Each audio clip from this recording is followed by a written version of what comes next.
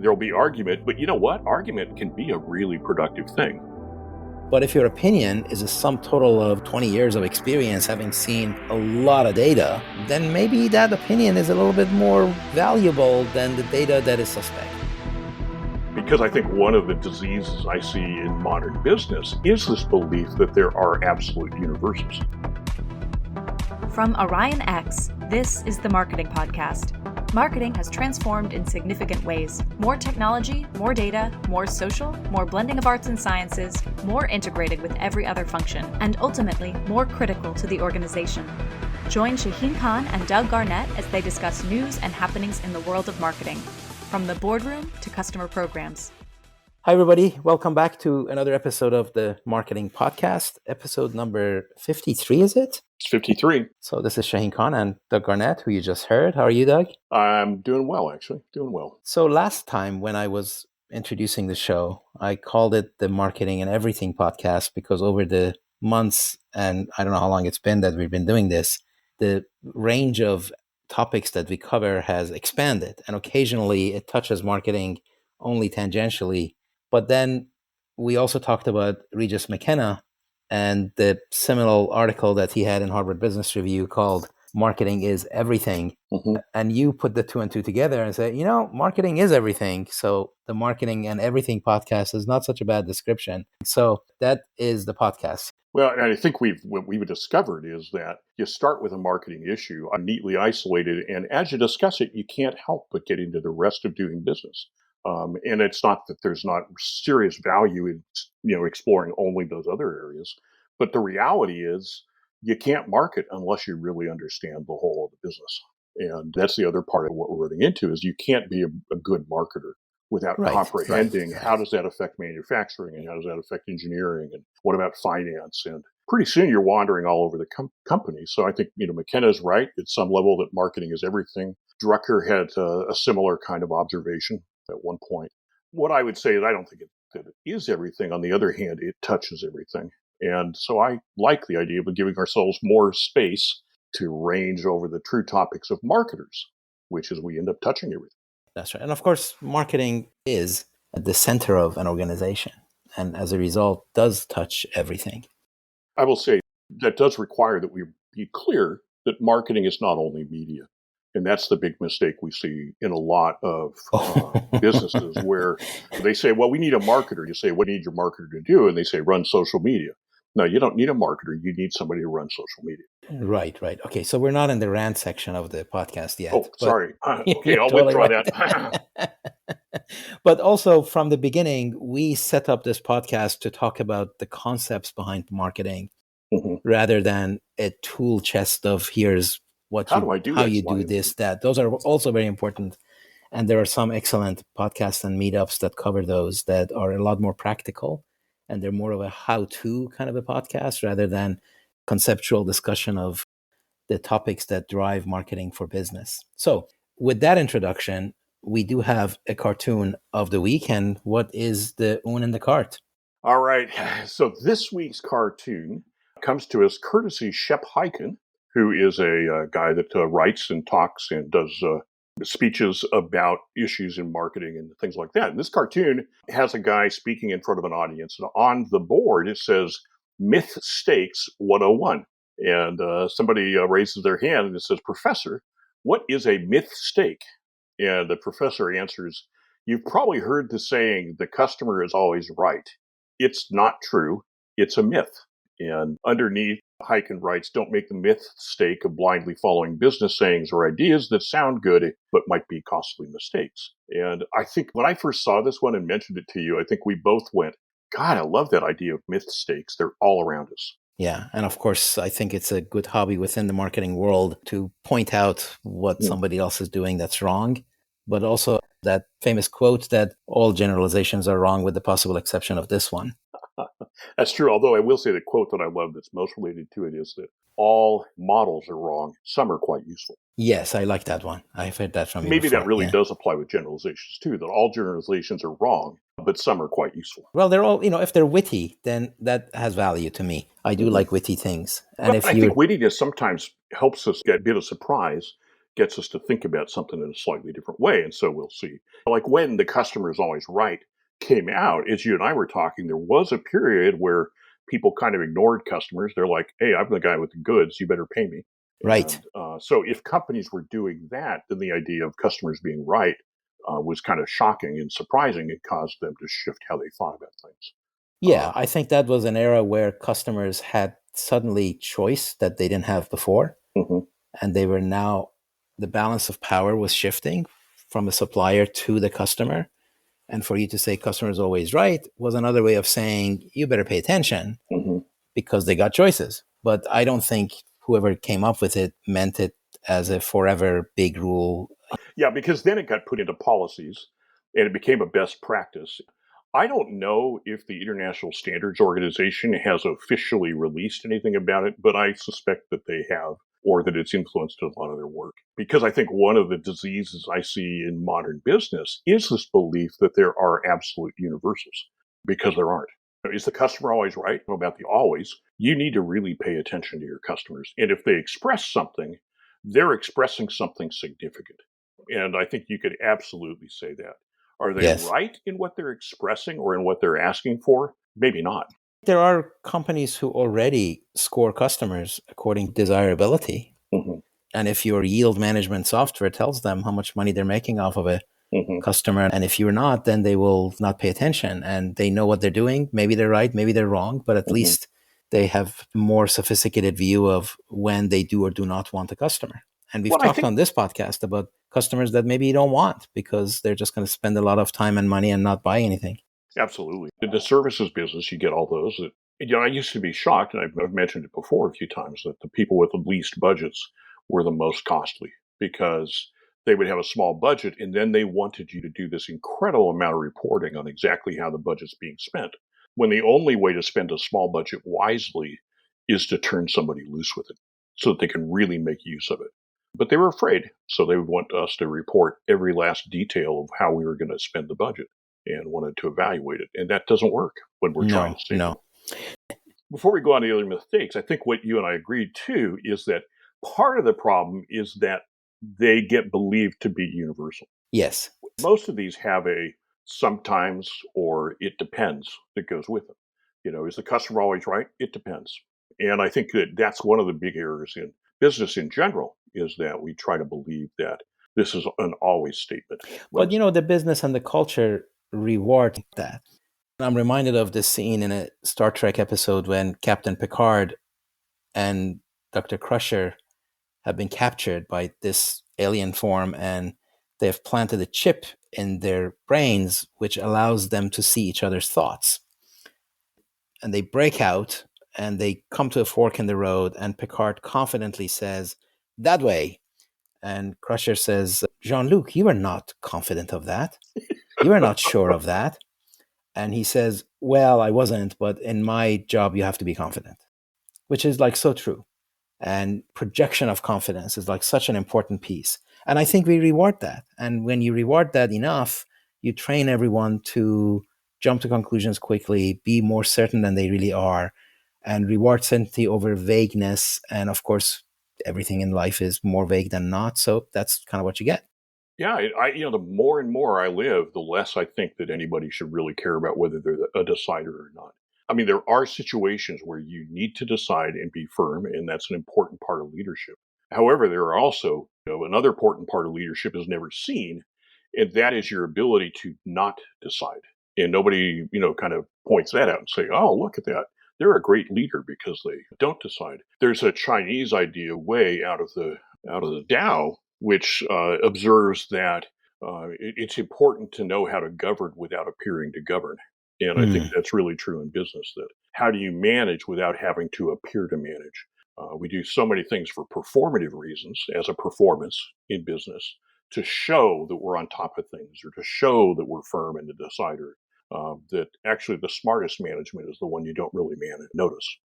Well, speaking of that, we have a saying in marketing that reminds me of that particular statement. Yes. Tell. That's the one that says great products sell themselves. Oh my God. Oh my God. I wrote a blog post about this once, and my title was "No Product is an Island." You know, Right. because Right. I do you hear product design people that will say the product is perfectly designed. And if you want to get philosophical, we could go talk about Plato and perfection and what does it mean to be a perfect product. And then we'd have to say, yeah, they don't exist. But okay, if it's perfectly designed, then you don't need marketing. And oh, nothing irritates me more than that because you always need marketing in some way, Yes. in terms of why do people buy? How are they going to learn about it? All those things are absolutely critical, and a product does not do that on its own. I actually think the sign of excellent marketing is when a product appears to be selling itself. Mhm. So that was like the invisible part. Yeah. You've Actually, you know what? That reminds me. There's an agency. It was an agency, Crispin Porter Bogusky, that did the first advertisements for the Mini Cooper. uh, And I don't know if you remember those, but we had these billboards around, big billboards, and what they featured was a black background and a gorgeous Mini Cooper on it. Now, I knew Crispin Porter's work, and usually the creative got in the way of the product. Somehow, this stuff came around and was executed in a way where you just felt like it was about the Mini Cooper. It the wasn't about the product was the creative. star. Well, because they made the smart choice of look at that car, don't you want it? And that was all I needed to be interested in them. I never bought one, but Mm-hmm. that's what people needed, and that was the key to people buying it. But the fact that they kept their own creativity, in a sense, out of the way, and did creative in a way that enabled the product to thrive, yeah, that's an example to me of that sense of you want it to not feel like marketing. And those were not easy choices. I'm sure there was a lot that went into the choices that led to those ads. Yeah. And in retrospect, they're brilliant. But what about data? Come on, can we talk about this? Let's talk Yes. about another mistake, which is everything has to be data driven. Isn't that true? No, that's not true. Well, again, as usual, it is true under certain conditions. We've talked about this many times, of course, and Mm-hmm. that's one of my favorite bad myths Mm-hmm. because I think you want to be insight driven. You want to be, what's another good word for insight? Perception or Well, you want to make the right decisions, and data can mislead you, and nothing misleads as well. I mean, you could argue that all misleading is because of wrong data, and even wrong beliefs are because of wrong data. And that's why planes fall off the sky because it says your data's wrong. altitude is 200, but in fact it's 500. And now you do the wrong thing. Mm-hmm. It's an interesting conversation. Today's world where if I make you believe the wrong thing, wrong data, I can make you do the wrong thing. So I don't need to do it. You do it yourself to yourself. That's kind of the weaponized information world that we live in. So yeah, you want to be data driven as long as the data is accurate, reproducible. Well, I'd even argue Yeah, that I yeah, don't think we necessarily do want to be data driven because this is a great time to pull back to our opening. All models are wrong, some models are useful. You can actually apply that to data. All data is wrong. Some data is quite effective and quite useful. In, right. in the sense that all data and all numbers are what I call an abstraction in my book, which means you have to get rid of the real world, kind of like you do in a roadmap. In a roadmap, you can't show every tree, or nobody would ever know how to drive from Portland to the coast. Mm-hmm. You have to eliminate stuff in order to find your way using a roadmap. Data is the same way. You gather not the real world, you gather a subset of the real world. And if you gather the right subset, it enables you to make really smart choices. But what we tend to forget, and especially with ideas like we need to be data driven, is that the step to data loses a great deal of the messiness of the real world. And if that messiness is most important, you've actually lost something. And that means that all data is wrong. Sometimes it's quite useful. The other analogy with data is the drunk man and the lamppost. Yeah. The drunk guy has lost his wallet and is looking for it on their lamppost and says, did you lose it here? Says no, but that's where the light is. Which is, in a way, I think that's the abstraction, right? The abstraction is you got a lamppost. So you go look at the lamppost. You can't look in the messy real world because you only have a lamp. You can only see the data that you can see. And that's assuming you even see all the data that you have. But even after that, it just happens to be the data that's collectible. So is it incomplete? Is it irreproducible? Is it incorrect? Is it irrelevant? Is it instructive? Is it enlightening? Yeah, exactly. Is exactly. it, so if it has all of those qualities, by all means, be data driven. It's better than being opinion driven. Mm-hmm. But if your opinion is a sum total of, 20 years of experience, having seen a lot of data, then maybe that opinion is a little bit more Valid. valuable than the data that is suspect, right? Okay, so continuing down, for listeners, Shaheen and I made a big long list of myths. We're not going to be able to cover them all, but we have a lot. So Let's do let's one more. talk about the key thing, which is all good marketing must have case studies, right? Right. Okay, you take this one. Well, Shaheen, you brought this up, which is the idea that, and you hear it, it's like, well, you need case studies for your software or for your program, and especially in business to business, you hear a lot of this stuff. And it relates to an idea that I ran into with testimonials because I did a lot of television that had testimonials in it. And everybody would say, well, you have to have testimonials. And so everybody, like the way I'm blaming everybody else, that's not entirely true, but Yeah. the world primarily goes off and makes testimonials where you get people that are good looking, ready for TV, and they get on TV and they say, I love this product. And my response, and I spend a lot of time with consumers, and I think this is what they would say is, you wouldn't be in this if you didn't love the product. So tell me something I don't know. And with testimonials, my rule became, we don't care if somebody loves the product. What we want to do is have a real person explain something surprising to us. I used it in this situation. That's a situation like I've got, right? And then I loved it. It enlightens us. It helps us. It moves us along. I think as we talked about case studies, it's very similar that a lot of case studies are written, which is, I bought these, I bought the PCs from these guys, and PCs automated our processes. There's nothing there about the people that you bought the PCs from. Right. And That's if right. the case study is going to matter, it has to matter for your company. So it has to say, I bought PCs from, Bob's Big Boy Computers, whatever they are. I invented that, obviously. And Bob's helped me learn how to do these things with them. And they solved this connection problem we were having. And then they brought another vendor in with us to help, and we're thriving. Because all of a sudden, Bob's is the center of it. The idea that I bought PCs, there's hundreds of sources of PCs. That case study doesn't mean anything unless it's specific and unique to you. And Right. And it exposes some value that you have or checks off a box that you need to check off. For example, if you're a startup, mhm, you have a brand new product, mhm. the fact that you have a customer at all is important, right? People say, has anybody bought this? And you can say, yeah, so-and-so bought this. And then that's a testimonial at the case study that is very, very important.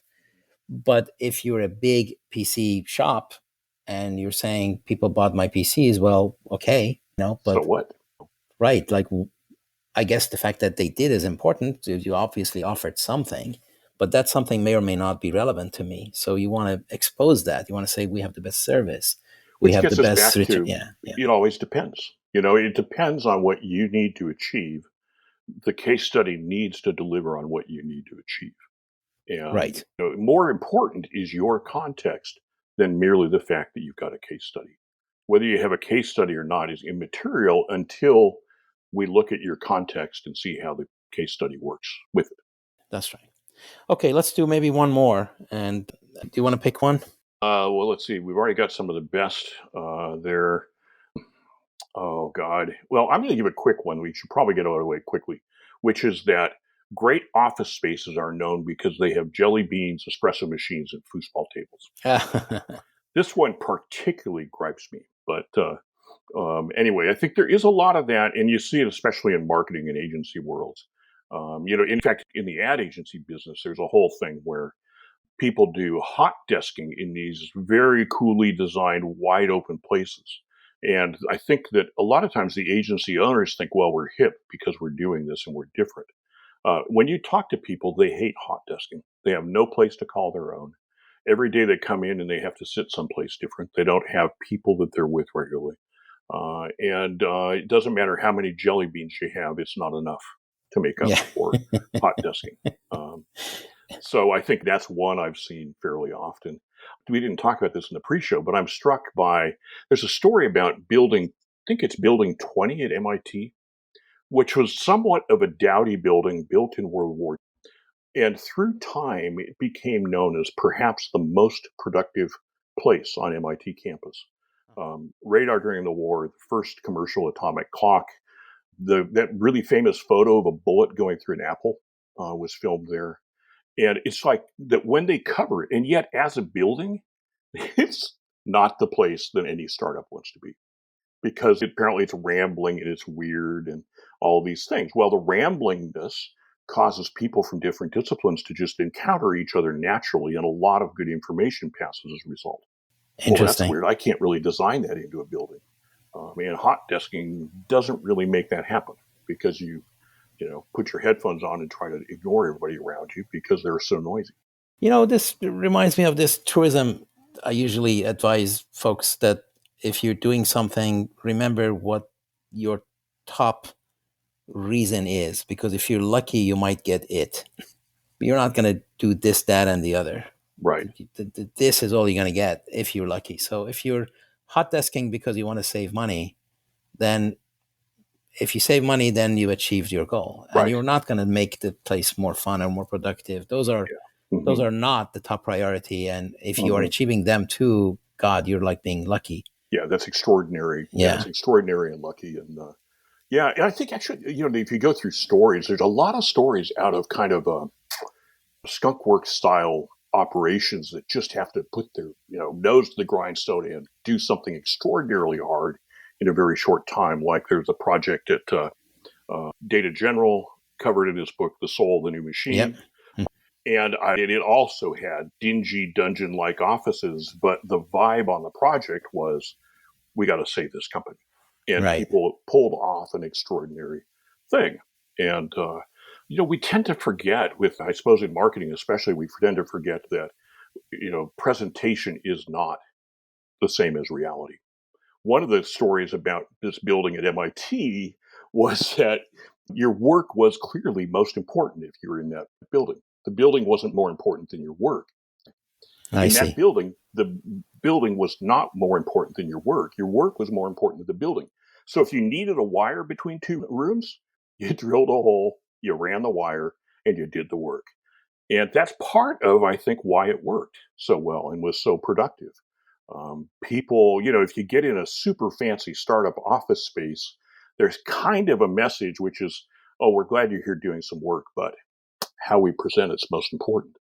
And, it doesn't always work that way, but there's a danger. I think a lot of this comes back to authenticity and the fact that there's really no formula. Mm-hmm. It depends on what you're doing, who the characters are, what sort of culture has been instilled or is about to get instilled. And if you get it right, then, books are written about you. And it's not repeatable so easily. Can I stretch us one more of these quotes? Yeah. Which is, I added late, you haven't seen it necessarily, one from Bill Gates that is on the verge between these things. And it says, your most unhappy customers are your greatest source of learning. And I think that's a myth stake as well, from the point of view of it depends. It does depend, yeah. I've met unhappy customers who are unhappy for their own reasons. We used to take phone calls, oversee phone calls for customers. And we'd have people call in that clearly, sometimes we had a Lonely Hearts Club call in. Oh, the product didn't arrive. I was going out to the mailbox and somebody who obviously needs somebody to talk to.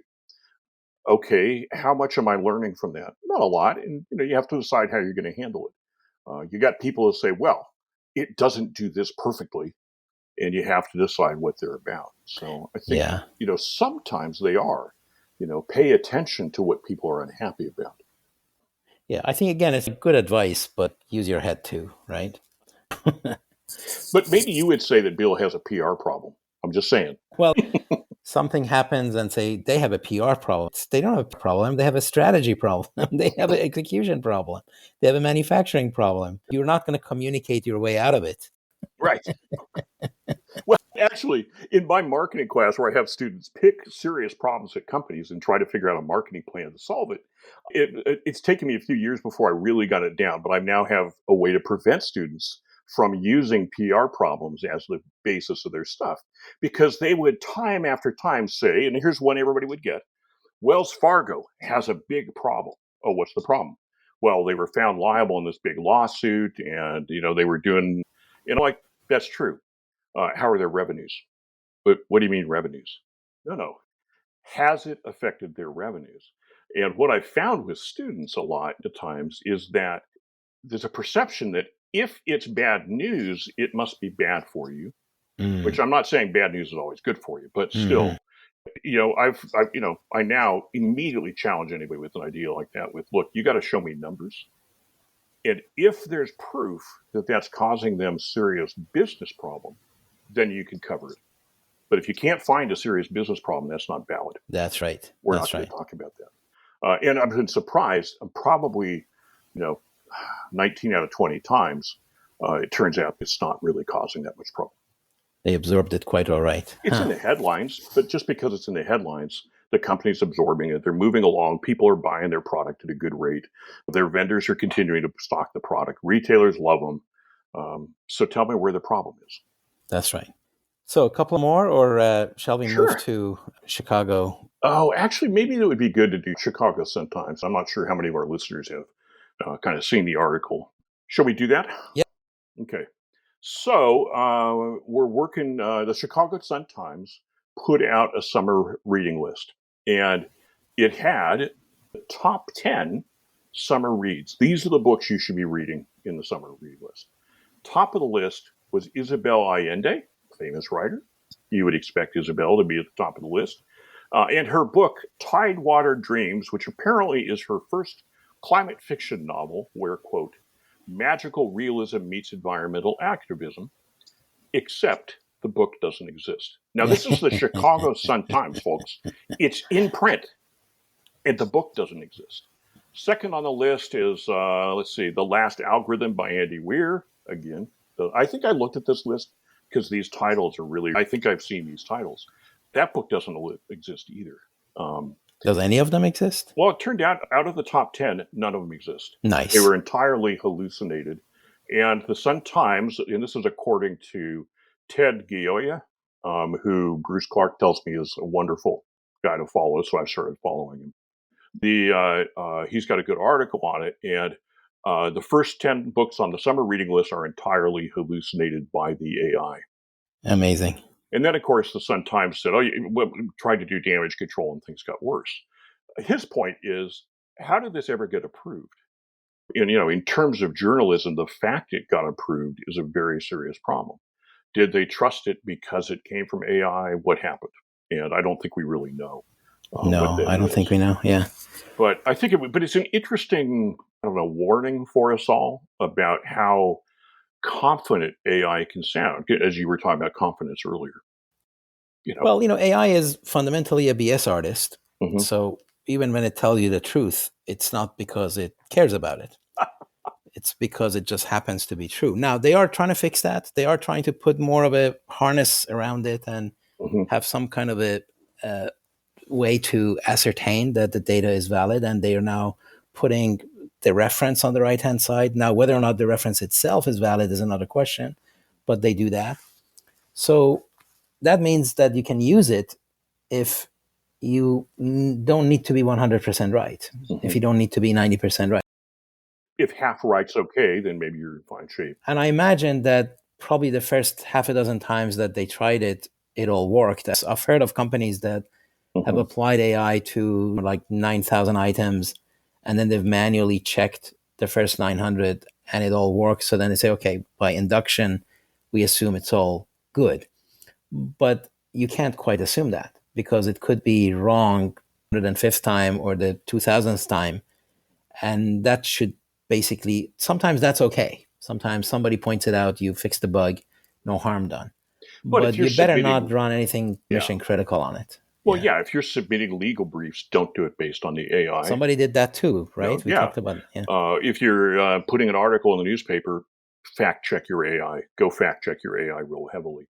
If you're going to have it write software to launch your manned mission to Mars, you're in real trouble actually on that one. Because I think, what I get concerned about is that, like, if you look at the thing called sneak systems, there are situations where airplanes crash doing what they're supposed to. The Boeing 730 crashes were, I think, of that type, where there was software that had a bad sensor reading, to make the full circle. And because that sensor reading told it the nose was too high, it pushed the nose down. Now, the pilots fought against it, but they couldn't overcome it. And eventually, the software flew the plane into the ground. intentionally doing what it was supposed to do. If you're launching to Mars, I think you'd be better off to have people write your software, because then at least somebody will have touched every part of it in a mindful way, and maybe you'll have a better chance. Those things could still come up, but still. Well, we're going to have many cases like this with AI permeating everywhere. Mm-hmm. And frankly, in some places, AI is better than the person using it, because the person is using it for something that they don't know how to do. Well, and that brings us back. We've been talking all along about the fact that it maybe is of most use for experts, because experts are the ones who can detect the hallucinations. And so it might help an expert get along further, whereas a novice is not necessarily going to be able to detect when it's hallucinating. Right. Very well. So let's do one more of our myths as a positive exit, and then we close. Okay. Should we go to Walt Disney? What did he say? Walt Disney says the way to get started is to quit talking and begin doing.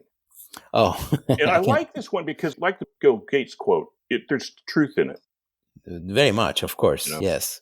But now talk to me about what you hear when you get into that one. Well, it reminds me of this other one that I hear often, and that is, good ideas are a dime a dozen. It's execution that counts, right? And my reaction is, well, those are not good ideas then, right? Because truly fabulous ideas are quite rare. And truly fabulous ideas are not that hard to execute. That's part of what makes them excellent. So I think it depends on what you're doing. I mean, it depends seems to be the theme of this podcast. It depends. What are you going to do? And what are we talking about? If talking about, I'm sure he used it in a situation where talking was going around circles and nobody was making progress, and what they were going to do was sufficiently defined. And certainly to go have a minimum viable product was better than just debating it. But in many occasions, that's not the case. There are times, I mean, what I would agree with is, let's start doing is, well, what if you start prototyping? Sometimes there's real value in saying, okay, we've talked ourselves all around. We got to just try something. Prototype is always a good idea. And you go try something and you learn a lot and you move the discussion along. There's a story that Rodin, when he would get stuck while making a little clay model for a sculpture, would every now and then just kind of drop it on the floor and see what happened. Because sometimes you get stuck and you need some things to get going. So I think there's real value in that with Disney. I think actually what I'm getting a little miffed about with business is that there is an anti-thinking thread within business ideas, which is the idea that if you think too much, you're making the wrong move. You know what? Some business issues are extraordinarily tough, and they really have to be thought through with tremendous subtlety and awareness. And so, again, sometimes you really need to keep thinking and sort it out, or keep talking and sort it out. And sometimes you need to begin doing. The judgment call is a witch's wish, and that's a judgment call that we all have to make, if that makes sense. It does. It's not quite as positive an exit as I was hoping. Okay, well, let's hire people that are smarter than we are then.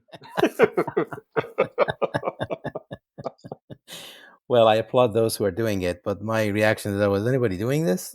I think I love that. So for listeners, yes, I brought that one up, and he says, what do you mean? Nobody does that, do they? I think the answer is there are people. You know, there's that brilliant book about Abraham Lincoln, about his band of rivals or team of rivals. And it talks about how Abraham Lincoln filled his cabinet with his political rivals because he felt that would get a better result. To have people who had passion and opinions and put them together. There'll be argument, but you know what? Argument can be a really productive thing. You know, in times of uncertainty, and there's no question he was working in times of uncertainty, you need argument.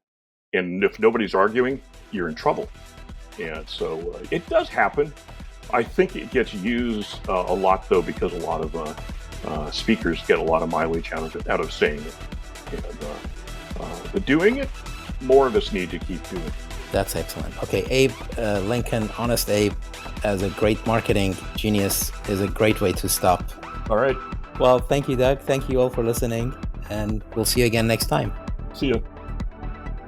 That's it for this episode of the Marketing Podcast. Every episode is posted on orionx.net and shared on social media. Use the comments section or tweet us with any questions or to propose topics. If you like the show, rate and review it on Apple Podcasts or wherever you listen. The Marketing Podcast is a production of Orion X. Thank you for listening.